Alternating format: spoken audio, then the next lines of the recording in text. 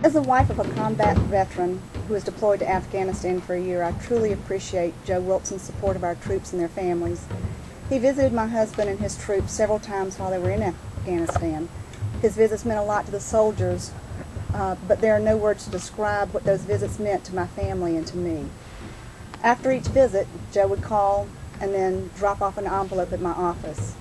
The first time I opened the envelope, I was totally unprepared for what was inside.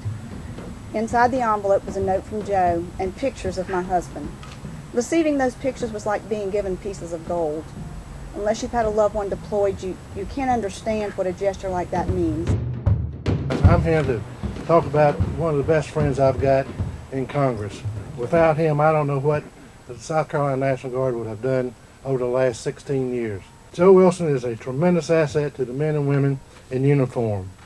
I personally know how hard Joe works and how much he is dedicated to keeping both the troops and this country safe and secure. Going to a combat zone is not a junket like Joe's opponent wants the public to believe. Combat zones are tough. They're hot, they're dangerous, and unpredictable at best.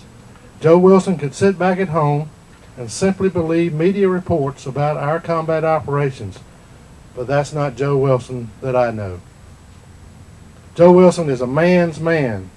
He's worn a uniform. His sons wear the uniform. Joe knows what he speaks of. I and every other person who bravely wears a uniform should be outraged that someone who once wore the uniform would dare call visiting a combat zone a junket. And they appreciate every time Joe Wilson has been over there. And Joe, thanks so much for being over there and assisting our troops. Thank you very much.